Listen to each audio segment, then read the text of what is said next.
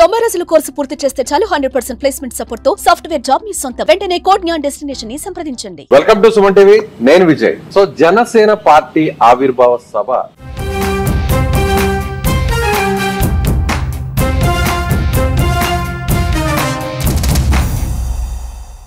పిఠాపురం నియోజకవర్గంలో చాలా గ్రాండ్ గా జరగబోతుంది. అయితే ఇప్పుడు తెలుగు రాష్ట్రాలు ముఖ్యంగా ఏపీ రాష్ట్రం చూపంతా కూడా పిఠాపురం వైపే ఉంది.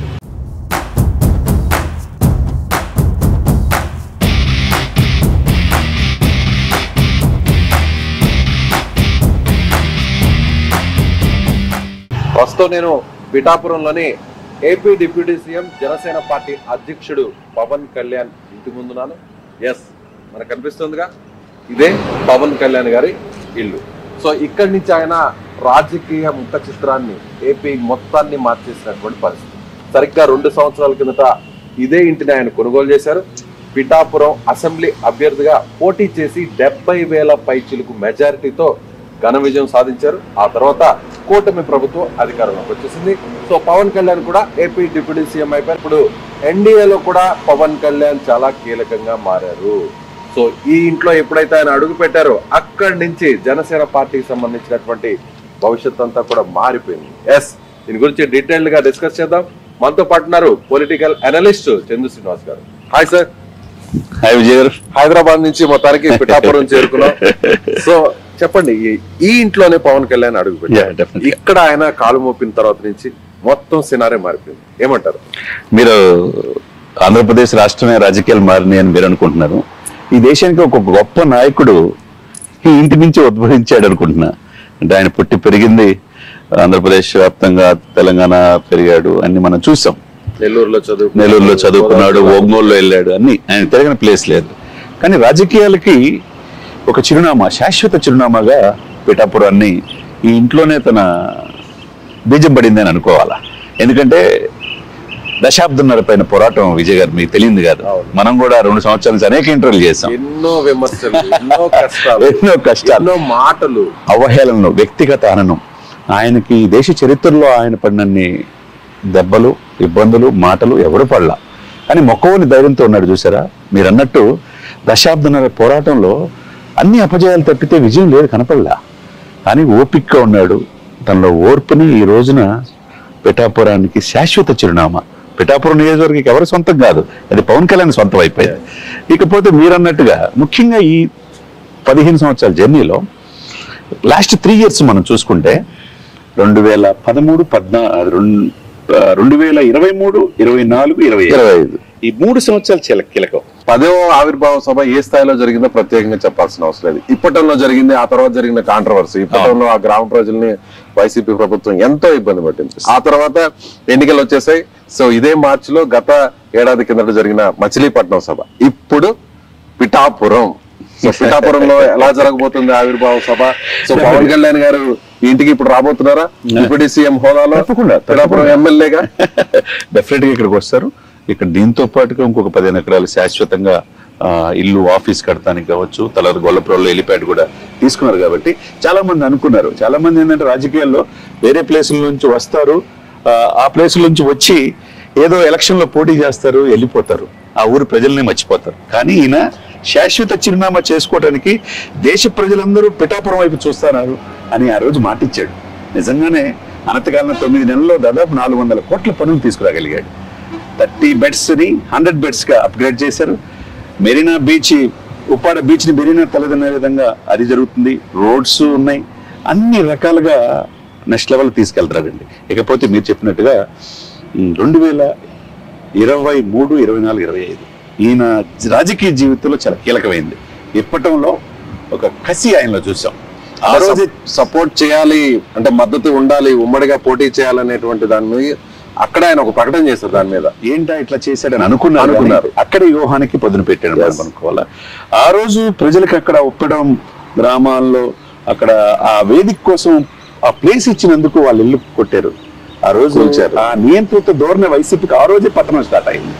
ఇకపోతే మీరు అన్నట్టుగా 2024 అతి ముఖ్యమైన ఆయన జీవితంలో మచిలీపట్నంలో ప్లేనరీ చేశాడు. దాంతో పాటు తాడేపల్లి గూడెం అనేది జీవితంలో మర్చిపోకూడదు. జగన్ నిన్ను అధపాతాలకు తొక్కపోతే నా పేరు పవన్ కళ్యాణ్ కాదు, నా పార్టీ జనసేన కాదు అని చెప్పి చేశాడు. వారాహి మీద నుంచి తరపల్లి సభ వేదిక మీద చేశాడు. కట్ చేస్తే 2025 ఈ రోజున success not only Andhra, Telangana, Telugu రాష్ట్రాలే కాదు సార్, దేశవ్యాప్తంగా 100 కోట్ల మంది హిందువులకు ప్రతినిధిగా ఆయన ఎమర్జీ అని తీరు చూస్తే next level sir. 100% strike rate. ఎవరైనా ఏ రాజకీయ పార్టీ అని ఉందా? 21 మందికి గెలిపించుకున్నాడు. ఆయన్ని అసెంబ్లీ గేటు కూడా దాటిన వాళ్ళంతా వాళ్ళ ఇంటి గేటుకే పరిమితం అయిపోయారు. గేటు దాటి బయటకు లేని పరిస్థితిలో ఈ రోజు దేశం మొత్తం అతని వైపు చూసేటట్టు రాజకీయాలు తీసుకున్నాడంటే పాలిటిక్స్ తెలిసినోడు పాలిటిక్స్ లో సక్సెస్ అవుతాడు. అదే సమయంలో విజయ్ గారు పాలిటిక్స్ ఈజ్ అ పాయిజన్, కానీ ఆ పాయిజన్ ను కూడా పాపం మింగికుంటా చాలా ఇది చేసుకుంటా అనేక అవమానాలు పొంది ఈ రోజు సక్సెస్ కి ఒక చిరునామాగా ఈ దేశ రాజకీయాల్లో పవన్ కళ్యాణ్ ఎమర్జీ అంటే ఏం చెప్పబోతున్నాడు? పిఠాపురం సొంత నియోజకవర్గంలో పెట్టిన ఈ కోతవేడి దూరంలో చిత్రాల్లో పెట్టే రేపు ప్లీనరీ దేశవ్యాప్తంగా మరో 48 గంటల్లో దేశవ్యాప్తంగా ఏం చెప్పబోతున్నాడు అనేది నేషనల్ మీడియా ఎదురు చూస్తుంది. చాలా మంది మేధావులు ఎదురు చూస్తున్నారు. నేటి తరం రాజకీయ నాయకులతో పాటు చాలా తలలు పండిన రాజకీయ నాయకులు కూడా అసలు పవన్ కళ్యాణ్ వ్యూహాలు ఎవరికి అందుబాటు అనే విధంగా ఎదురు చూస్తున్నారు. సభ గురించి మళ్ళీ మాట్లాడదాం. ఇంటి గురించి మరొక డిస్కషన్ చేద్దాం. ఏంటంటే ఈ ఇంటి నుంచే నాగబాబు గారు ఇక్కడే చాలా రోజుల పాటు ఫ్యామిలీ అంతా ఇక్కడే ఉన్నారు. రామ్ చరణ్ గారు కూడా ఇక్కడి నుంచి ఆయన రామ్ చరణ్ గారు వాళ్ళ అమ్మగారు సురేఖ గారు. సో అలాగే మొత్తం మెగా ఫ్యామిలీ మెంబర్స్ అందరు కూడా ఇంటికే చేరుకున్నారు. సాయిధరం తేజ్, వరుణ్ బాబు, మొత్తం ఎవ్రీథింగ్. అంటే ఒక రకంగా ఈ ప్లేస్ మెగా అభిమానులతో మొత్తం నిండిపోయింది. సో ఒక రకంగా ఇల్లు అదృష్టం చేసుకుంది అనుకోవచ్చా? 100% అదృష్టం. ఇల్లు ఆ రోజు తీసుకున్న కాడి నుంచి అన్ని సక్సెస్ ఆయన. ఎక్కడ గెలిపిస్తారు? ఎక్కడో గాజువాక భీమవరంలో పోటీ చేస్తే ఆ వ్యక్తిని ఓడించారు ఆంధ్రప్రదేశ్ ప్రజలు. ఒక రాజులు తప్పితే ఏది రాలా. వాళ్ళ అన్నగారినైనా గెలుపు చూశాడు కానీ తిరుపతిలో ఈయన గెలుపు చూడలా. ఆ గెలుపుని అందించిన పిఠాపురం ప్రజలు నిజంగా ఆయన గుండెల్లో పెట్టుకుని చూస్తానని భారీ మెజార్టీ విజయ్ గారు చెప్పారు. ఆ రోజున్న ముఖ్యమంత్రి మాజీ ముఖ్యమంత్రికి 60,700 మెజార్టీ అయితే లక్షల్లో ఉన్న మెజార్టీ తగ్గిపోయింది. ఇక్కడుండి ఈ పవన్ కళ్యాణ్ గారిని ఓడించండి, డిప్యూటీ సీఎం చేస్తానని అక్కడున్న క్యాండిడేట్ కి ఆ రోజు ముఖ్యమంత్రి చెప్పిన ప్రజలు ఎలా 70,600 మెజార్టీతో భారీ మెజార్టీతో గెలిపించారంటే ఇక్కడ చూడండి. ఒకటి ఆయనకి పర్యావరణం అంటే ఇష్టం, మొక్కలంటే ఇష్టం మొదటి నుంచి కూడా. చూడండి ఇంటి చుట్టూ మొత్తం మొక్కలే కనిపిస్తాయి. ఆ మొక్కలన్నీ చూస్తా ఉంటాయి. ఆ చుట్టూ మొక్కలు ఆయన ఇష్టమైన మొక్కలే. ఈ రోజు అటవీ శాఖ మంత్రిగా కూడా ఆయనే ఉంటారు. అది కూడా ఇక్కడ ప్రతిబింబిస్తుంది. నేను చూస్తే చూడండి అరటి చెట్లు కానించి వివిధ రకాల పూల మొక్కలు వచ్చేస్తే మొత్తం మామిడి, జామ అన్ని రకాలుగా ఆయనకి ఎందుకంటే 2 దశాబ్దాల పైనుంచి మనం చూస్తున్నాం కదా సార్. మొక్కలు వ్యవసాయ క్షేత్రం కూడా ఉంది, హైదరాబాద్ ఉంది, ప్రాంతాల్లో. సో ఇక్కడ పిఠాపురంలో కూడా యాజ్ ఇట్ ఈస్ గా అది రిఫ్లెక్ట్ అయ్యి కనపడుతుంది. ఇక్కడ ఏంటంటే ఫస్ట్ రూమ్ వచ్చిన వాళ్ళందరూ కూడా ఇక్కడ నమోదు చేసుకోవటం. అక్కడ కూడా చూడండి రైతుకి ఇంపార్టెన్స్ ఇచ్చే విధంగా ఇక్కడ పండిన బియ్యాన్నే ఆయన ఇక్కడికి వచ్చే భోజనం చేయటం కావచ్చు. వచ్చిన వాళ్ళందరినీ ఇక్కడ తీసుకోవటం, ఇక్కడ ఇన్ఛార్జిగా ఒకరిని అపాయింట్ చేయటం పర్మనెంట్ గా. ఆయన ఇన్ఛార్జి ఇక్కడ సమస్యలను తెలుసుకోవటం, తర్వాత నాగబాబు గారు, తర్వాత హరిప్రసాద్ గారు ఇక్కడ మానిటరింగ్ చేసుకుంటూ ఉంటాం. ఈ వ్యక్తి వచ్చి గెలిచి వెళ్ళిపోతాడు, గెస్ట్ లెక్చర్ అనుకున్నారు, కానీ శాశ్వత చిరునామా చేసుకుంటాడని ఎవరు అనుకోవాలా. ఇప్పుడు చూడండి పెండందర బాబు గారు వైసీపీ నాయకుడు 100 మంది పోయిన ఎంపీటీసీలు, జెడ్పీటీసీలు, సర్పంచులు సహా ఇక్కడ శత్రువులు ఆపోజిట్ అనేది లేదు. ఇక్కడ చంద్రబాబు నాయుడు గారు 4.5 దశాబ్దాల అనుభవంలో 8 సార్లు సీఎం చేసిన కుప్పం ఏ విధంగా శాశ్వత చిరునామో, పవన్ కళ్యాణ్ గారికి ఇదే పిఠాపురం, ఇదే ఇల్లు ఉండి ఆయన కార్యాచరణ ఇది చేశాడు. ఇది శాశ్వత చిరునామాగా మారిపోయింది. మీరు ఒక మాట అన్నారు, మొత్తం ఎక్కడా కూడా ప్రత్యర్థులు అనేవాళ్ళు లేకుండా అయిపోయింది పిఠాపురం నియోజకవర్గంలో. వైసీపీ మాజీ ఎమ్మెల్యే పెండం దొరబాబు కూడా వచ్చేసారు, జెడ్పీటీసీలు, ఎంపీటీసీలు, సర్పంచ్లు అందరూ కూడా వచ్చేసారు. సో పవన్ కళ్యాణ్ మీద పోటీ చేసిన వంగ గీతా గారు కూడా వచ్చే అవకాశం అదే అండి ఎక్కువగా నడుస్తుందండి. ఆమె కూడా ప్రజారాజ్యంలో టికెట్ ఇచ్చి గెలిపించారు, తెలుసు మనకి. ఆ పాత సంబంధాలు ఉన్నాయి. ఆమె చూపుగా కూడా జనసేన వైపు అని అంటున్నారు. అదే కనుక జరిగితే ఆమె రాజకీయ భవిష్యత్తు కూడా బాగుంటుంది. ఎందుకంటే ఒక మహిళగా ఎప్పుడు ఆయన వ్యక్తిగతంగా ఆమె ఏమన్నా గొప్ప పొరపాటున ఆ నాయకుడు జగన్మోహన్ రెడ్డి గారు చెప్పినట్టు ఒక మాట అని ఉండొచ్చు, కానీ ఏ రోజు కూడా పవన్ కళ్యాణ్ గారు ఒక మాట అనలా. ఎంత ఉందాగా ఉండేవాళ్ళు. ఆమె కూడా సైలెంట్ అయిపోయింది, ఆమె చూపు వైపు ఉందంటున్నారు. మరి రేపేమో అన్ని ఆమె గనక మనసు ఆలోచిస్తే రేపు పిఠాపురం జరిగే ఈ ప్లేనరీలో జాయిన్ అవుతారేమో. చూడాలి, వేచి చూడాలి. ఏదైనా కానీ పెన్ను దొరబాబు లాంటి 23 సంవత్సరాల రాజకీయ జీవితం ఉండి వివాద రైతులుగున్న వైసీపీ నాయకుడిగా చాలా మంది ఆయనే సైలెంట్ అయిపోయి ఈ ప్లేనరీ ముందు జాయిన్ అవటం అనేది 100 మందితో సర్పంచులు, ఎంపీటీసీలు, జడ్పీటీసీలు, వైసీపీ అనేది లేదు. ఇక్కడ ఎవరు కూడా ఇక పోటీ చేసే అవకాశం అనేది ఇక లేదు. పిఠాపురం ఈ ఇల్లు ఆయన ఎప్పుడైతే దిగాడో ఇక్కడి నుంచి మళ్ళీ హెలిప్యాడ్ గొల్లపురంలో దాదాపు 15 ఎకరాలు కొన్నాడు. పిఠాపురం ప్రజలు ముఖ్యంగా ఏంటంటే ఆంధ్రప్రదేశే కాకుండా దేశవ్యాప్తంగా పిఠాపురం ప్రజలు అదృష్టంగా భావించాలి. సో ఈ ఇల్లు అదృష్టం చేసుకుందా, లేదంటే ఈ ఇంటిని కొనడం వల్లే మొత్తం రాజకీయ ముఖ చిత్రం అంతా కూడా పవన్ కళ్యాణ్ కెరీర్ లో మారిపోయింది? సో ఎక్కడ చూసినా కూడా ఆయన సక్సెస్ మీరు అన్నట్టు 100% స్ట్రైక్ రేట్ తో వచ్చారు ఆ సక్సెస్ కూడా. సో పవన్ కళ్యాణ్ గారు అదృష్టం చేసుకున్నారా, లేదంటే ఈ ఇల్లు అదృష్టం చేసుకున్నారా? అంటే పవన్ కళ్యాణ్ గారు కష్టం సార్. దీని అన్నిటి ముందు ఆయన ఏదైనా ఇష్టపడి కష్టపడతాడు. జీవితంలో ఆయన చదివింది ఇంటరే, కానీ సమాజాన్ని చదివాడు సార్. చాలా మంది ఇబ్బందులు పడి ఆ ఇబ్బందుల నుంచి బయటకు వచ్చి దశాబ్దన్నర పోరాటం అంటే మామూలు విషయం కాదు సార్. లగ్జూరియస్ జీవితం విజయ్ గారు మీకు తెలియదు కాదు. సంవత్సరానికి 1000 కోట్ల ఆదాయం, సినిమా తీస్తే 100 కోట్లు వస్తాయి. ఇవన్నీ వద్దనుకున్నాడు. కార్వాన్లో దిగి ఏసీలో నడవాల్సిన ఆ వ్యక్తి ఒళ్ళంతా ఓనం చేసుకుని పాపం ఆ రోజు చిరంజీవి గారు ఎట్లయితే ఇండస్ట్రీలో కష్టపడ్డాడో ఆంధ్రప్రదేశ్ ప్రజల కోసం ఆయన పడిన కష్టం నా భూతో నా భవిష్యత్తు. ఇప్పటికీ మంత్రిగా కూడా అవలీలగా 16 గంటలు కష్టపడుతున్నారు. ఇప్పుడు ఎప్పుడైనా మనం చూసామా 13,336 గ్రామాల గ్రామ సభలు పెట్టడం చూసామా? వరల్డ్ రికార్డ్ సాధించాడు. ఎక్కడో గ్రామీణాభివృద్ధిలో ఆంధ్రప్రదేశ్ 23 ప్లేస్లో తీసుకెళ్లారు జగన్మోహన్ రెడ్డి గారు. ఈయన 4 ప్లేస్ కి తీసుకొచ్చాడు. ఇది రాజకీయం అంటే, ఇది పరిణితి అంటే. ఒక రాజకీయ నాయకుడు ఎలా ఉండాలి? ప్రజల సేవకుడుగా ఉండాలి. Is the custodian of people, is the custodian of Andhra Pradesh property. Andhra Pradesh property కాకుండా ఎవరు ఊహించిన విధంగా ఈయన అద్దెలు దాటి మహారాష్ట్రకి వెళ్ళాడు. అక్కడ 100% స్ట్రైక్ రేటు కట్ చేస్తే దేశ ప్రధాని మోదీ మనల్ని ఈయన పవన్ కాదు తుఫాన్ అన్నాడంటే విజయ్ గారు ఏమంటారు మీరు? మనం కూడా ఎన్నో డిబేట్ లో ఇదే సుమన్ టీవీలో మాట్లాడుకున్నాం, మన స్టూడియోలో ఉండి కూర్చొని మాట్లాడుకున్నాం. కీలకమైన పాత్ర పోషిస్తాడు ఎక్కడ గెలవక ముందు. చాలా మంది ఇప్పుడు గెలిచిన తర్వాత చూపిస్తున్నారు కానీ ఆయన నేషనల్ మీడియాలో చూపిస్తున్న గెలవక ముందే ఇటువంటి వ్యక్తి దేశానికి కావాలా? ఇతను ఆంధ్రప్రదేశ్ ఉభయ రాష్ట్రాల సంపద కాదు, దేశ సంపద అనుకున్నాం. ఎన్డీఏలో కీలక పాత్ర పోషిస్తాడు కూడా మీకు చెప్పా. మోదీ గారు పక్కన ఉంటారని కూడా మీకు చెప్పా.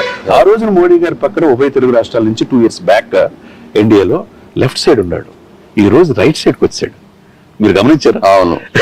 అంటే గ్రాఫ్ పెరుగుటమే కాకుండా ఈయన అవసరం ఈ దేశానికి, ముఖ్యంగా దక్షిణ భారతదేశంలో తమిళనాడు కావచ్చు, కర్ణాటక కావచ్చు, కేరళ కావచ్చు. మొన్న వాళ్ళ అబ్బాయి అఖిలాన్ని కూడా తీసుకెళ్లి ఆ పుణ్యక్షేత్రాలు చూపించిన తీరు మీరు ఎలా ఫీల్ అవుతున్నారు దాన్ని బట్టి? అంటే పవన్ కళ్యాణ్ గారు ఒక పెద్ద వ్యూహంతో ఇక్కడతో ఆగే పరిస్థితి ఆయన కనిపించట్లేదు. అసలుకి చాలా పెద్ద వ్యూహంగా నడుస్తుంది. అంటే ఆయన పూర్తిగా దేశంలో ఒక రకంగా చెప్పాలంటే యూపీ సీఎం యోగి ఏ విధంగా ఆదిత్యనాథ్ అయితే ఆయన స్టెప్ ఉందో అలాంటి స్టెప్, అంతకు మించిన స్టెప్ పవన్ కళ్యాణ్ ఏదో వేయబోతున్నారు అనేది నాకు అనిపిస్తుంది. ఎందుకంటే హిందూ పరిరక్షణ ధర్మంని భుజాన్నకి వెతుకున్నారు, హిందూ సాంప్రదాయాన్ని ఫాలో అవుతున్నారు. అసెంబ్లీలో చూసినా కూడా ఆయన వేషం, ఆహార్యం, అంత వస్త్రధారణ అంతా కూడా కంప్లీట్ గా డిఫరెంట్ గా ఉంది. మిగతా వాళ్ళగా ఆర్టిఫిషియల్ లాగా ఉండదు. అది అవును, అది ఓన్ చేసుకుంటాడు ఏదైనా. సరే ఒకటి సార్, మీరు అన్నట్టు కరెక్ట్. ఆఫ్టర్ మోదీ ఎవరు అంటే ఒక అమిత్ షా, ఒక యోగి ఆదిత్యనాథ్, ఒక అస్సాం సీఎం హిమంత బిశ్వ శర్మ, అటువంటి వాళ్ళు కనపడతారు. ఇప్పుడు ఎవరు కనపడుతున్నారు ఆ రేంజ్ లో? ఆ తర్వాత పవన్ కళ్యాణ్ కనపడుతున్నాడు. కాబట్టి 145 కోట్ల ఉన్న భారతదేశ జనాభాలో 100 కోట్ల మంది హిందువులు ఉన్నారు. గట్స్ ఉండాలి సార్. రాజకీయ పార్టీలు ఉండి ఆ ఓటు పోద్దేమో, ఆ సామాజిక వర్గ పోట్లు పోద్దేమో అని అనుకుంటారు. కానీ ఇక్కడ భయపడలా. నాకు ఈ పార్టీ అధ్యక్షుడు కాదు, ఎమ్మెల్యే కాదు, డిప్యూటీ సీఎం కాదు. నాతోటి హిందువులు నా బిడ్డలకి నా గుడులు ధ్వంసం చేస్తుంటే ప్రశ్నించలేనప్పుడు ఇంకెందుకు? సనాతన ధర్మమే నాకు ముఖ్యం. హిందూ సనాతన ధర్మ పరిరక్షణ బోర్డు ఏర్పాటు చేయాలన్నాడు చూసారా? రేపు నేను చెప్తున్నాను, ఈ రోజు ఆయన ఇంటి సాక్షిగా చెప్తున్నాను, దేశ రాజకీయాల్లో నాట్ ఓన్లీ ఆంధ్ర తెలంగాణ కాదు, పవన్ కళ్యాణ్ రాజకీయాలు ఊహించుకోవడం కష్టం అంటారుగా, దేశ రాజకీయాల్లోనే పవన్ కళ్యాణ్ గారి లేని రాజకీయాలు ఊహించుకోవడం కష్టం అని నేనంటా. సో ముందు మనం ఇంకా కూడా భవిష్యత్తులో ఆ తర్వాత మీరు చెప్పినవన్నీ కూడా అవి సార్థకం అయ్యాక, అవి సాధించాక మళ్ళీ ఇంటి దగ్గరికే వద్దాం. ఈ ఇంటి ముందే ఇలాంటి మరొక డిస్కషన్ కూడా చెప్పకుండా విజయ్ గారు. మళ్ళీ మర్చిపోయేది ఒకటి ఏంటంటే, స్వపక్షంలో విపక్షం లాగా అన్ని మంచి చేస్తే ప్రశంసిస్తారు. అదే సమయంలో తన సొంత పార్టీలో, సొంత కూటమిలో తప్పు జరుగుతుంటే, లా అండ్ ఆర్డర్ లోపిస్తే ఆ రోజున ఎప్పుడైనా మనం చూసామా? మీకు కూడా 2 దశాబ్దాల అనుభవం ఉన్నది. ఎప్పుడైనా ఏ నాయకుడిని చూసామా? లేదు. కానీ ప్రశ్నించాడు, నీ శాతకపోతే నాకు చెప్పండి హోంశాఖ తర్వాత కాకినాడ ఇక్కడ పక్కనే కోట్లు 45,000 కోట్లు పేదవాడి బియ్యం దేశ సరిహద్దులు దాటుతుంటే ప్రశ్నించాడు సార్. ఎవరైనా ఎంత గట్స్ ఉండాలా? మాఫియాని ఎదుర్కొని సీజ్ ద షిప్ అన్నాడు. ఒకేసారి ప్రపంచం మొత్తం అతని వైపు చూసేట్టు చేసుకోవాలి. ఇవన్నీ ఒక ఎత్తు అయితే ప్రాయశ్చిత్త దీక్ష సార్. తిరుమలలో లడ్డు పాపేత్రం అయితే ఎవరు చేయాలి సార్? పీఠాధిపతులు మఠాధిపతులు ఎంతమంది లేరు ఈ దేశంలో? ఒక పవన్ కళ్యాణ్ గారు చేయాలా? 11 రోజులు ప్రాయశ్చిత్త దీక్ష చేసి కాలు నడకన పాప 2 కాళ్ళు బాగోపోయినా ఇది వేసుకొని బిడ్డలను కూడా తీసుకెళ్లి డిక్లరేషన్ పెట్టించాడంటే అది కమిట్మెంట్. అంటే అదొకటైతే దాదాపు 60 సంవత్సరాల తర్వాత తిరుమలలో పరమ పవిత్రమైన ప్లేస్ సార్. వాటికన్ సిటీ తర్వాత ఆదాయం అదే. అటువంటి విజయ్ గారు అటువంటి తిరుమలలో తొక్కిసలాట జరిగి 6 చనిపోతే ఎవరు స్పందించినప్పుడు స్వయంగా వెళ్ళిపోయి క్షమాపణ కోరాడు సార్. అది అతనిలో గొప్పతనం. ఎక్కడ తగ్గాలో తెలుసు, ఎక్కడ నెగ్గాలో తెలియటం కాదు. ఈ రోజు అతను విమర్శించిన వాళ్ళు ఎక్కడున్నారు సార్? జైలు చుట్టూ తిరుగుతున్నారు. ఈ రోజు ఏమన్నా నెక్స్ట్ ఎవరు అని లెక్కలు అని ఎత్తుకునే పరిస్థితి. అంటే అది కమిట్మెంట్. అంటే ఆయన రాజకీయ జీవితం అంటే రాబోయే రోజుల్లో ఉజ్వలమైన భవిష్యత్తు, ఎవరు ఊహించిన భవిష్యత్తు ఆయనలో కనపడబోతుంది. రేపేం చెప్పబోతున్నాడు ఆయన అన్నాడు కదా, మాజీ ముఖ్యమంత్రి ఏమన్నాడు? కార్పొరేటర్ ఎక్కువ, ఎమ్మెల్యేకి తక్కువ. ఇక్కడి నుంచి వ్యూహరచన చేసి వ్యూహాలకు పదును పెట్టి ఈ దేశం మొత్తం చూసేటట్టు చేశాడు. కానీ ఆయనకి 11 సీట్లకే పరిమితమైన జగన్మోహన్ రెడ్డి గారు చెప్పాల్సిన అవసరం. దేశ ప్రధాని మోదీ ఆశీస్సులు ఉన్నాయి, ఈయనకి ప్రజల్లో మెండుగా ఆశీస్సులు ఉన్నాయి. కాబట్టి రేపు ఎల్లుండి జరగబోయే దాంట్లో దానికి సమాధానం కూడా చెప్తారని ఆంధ్రప్రదేశ్ ప్రజలు ఎదురు చూస్తున్నారు. Right sir, thank you. చాలా మంచి విశ్లేషణ చేశారు. ఇది చందు శ్రీనివాస్ గారు చెప్తున్న దాని ప్రకారం ఖచ్చితంగా పవన్ కళ్యాణ్ దేశ రాజకీయాల్లో చాలా కీలకమైనటువంటి పాత్రను పోషించబోతున్నారు. ఈ ఇంటి నుంచే మనం ప్రస్తుతం ఎంచుకున్నటువంటి పిఠాపురంలోని పవన్ కళ్యాణ్ ఇంటి నుంచే దేశ రాజకీయ ముఖ చిత్రాన్ని కూడా మార్చబోతున్నారు. సో ఇక్కడికి వచ్చిన తర్వాతే, ఈ ఇంటిని కొనుగోలు చేసిన తర్వాత, ఈ ఇంటికి వచ్చిన తర్వాతే జనసేన పార్టీకి సంబంధించినటువంటి ముఖ చిత్రం భవిష్యత్ అంతా మారిపోయింది. ఎమ్మెల్యేగా తొలిసారి గెలిచారు. ఆ తర్వాత కూటమి ప్రభుత్వం అధికారంలోకి వచ్చింది. అదే విధంగా ఎన్డీఏలో కూడా చాలా కీలకంగా వ్యవహరిస్తున్నారు Pawan Kalyan. So AP deputy CM గా కూడా ఇక్కడి నుంచి ఆయన గెలుపొందిన తర్వాత ఈ ఇంటి నుంచి ఆయన అయ్యారు. సో మీరేమనుకుంటున్నారు? ఖచ్చితంగా కామెంట్ బాక్స్ లో మీ అభిప్రాయాన్ని షేర్ చేయండి. కెమెరామెన్ శివ, సినుతో విజయ్, సుమన్ టీవీ, పిఠాపురం నుంచి.